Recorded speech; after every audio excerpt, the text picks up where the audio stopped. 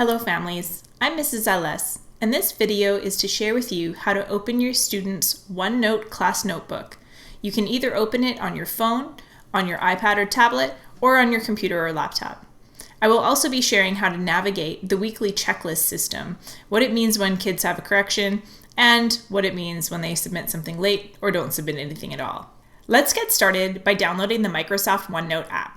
You can find this app on any app store, whether you're on a phone, a tablet, or a desktop or laptop computer. Please note that you'll be signing in to the OneNote app to access our class notebook using your student's SD35 Microsoft Office ID. This ID can be found in their agenda, and there's a table of logins near the front where we have recorded this information. My demonstrations today will be on an iPad, but the steps are the same regardless of if you're on a phone or on a laptop or desktop computer. So let's head into the OneNote app.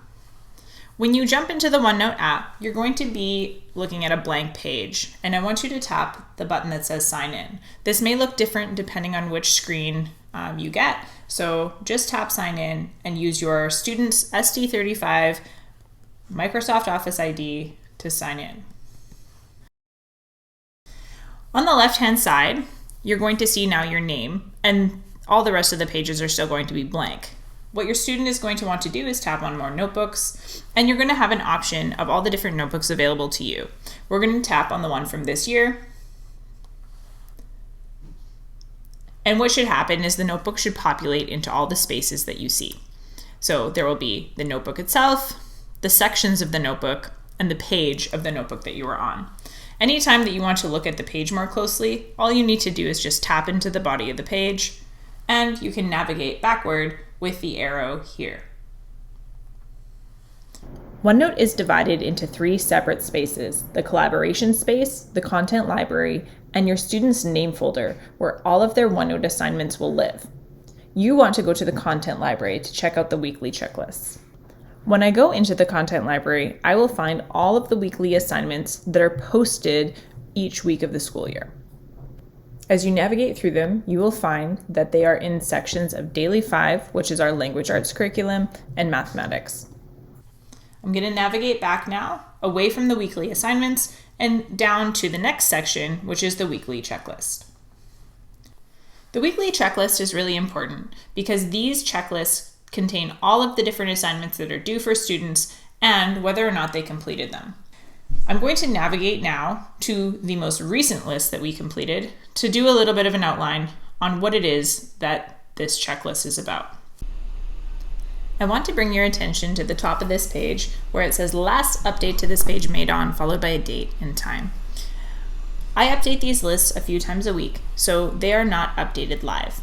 The other thing to note is that I do make mistakes, or sometimes students submit assignments but they don't complete them according to criteria. So there's a number of reasons why something might not be checked off when you look.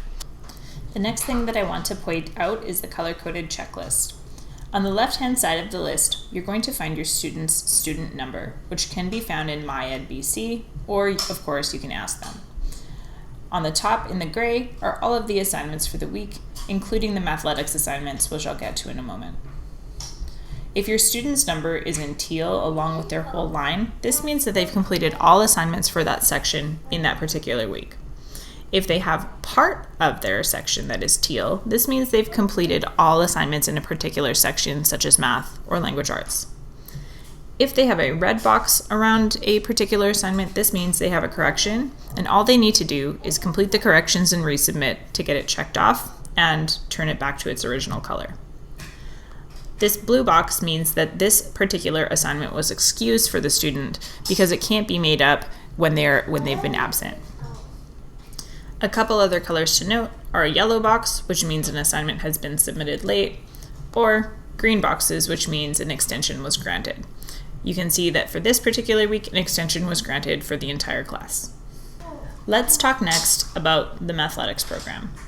The mathletics assignments each week are too long to put inside of the table, so I always put them beside the table in order that they are on the checklist. So this first box here will be the adding decimals assignment, the second subtracting decimals, the third adding and subtracting, and so on.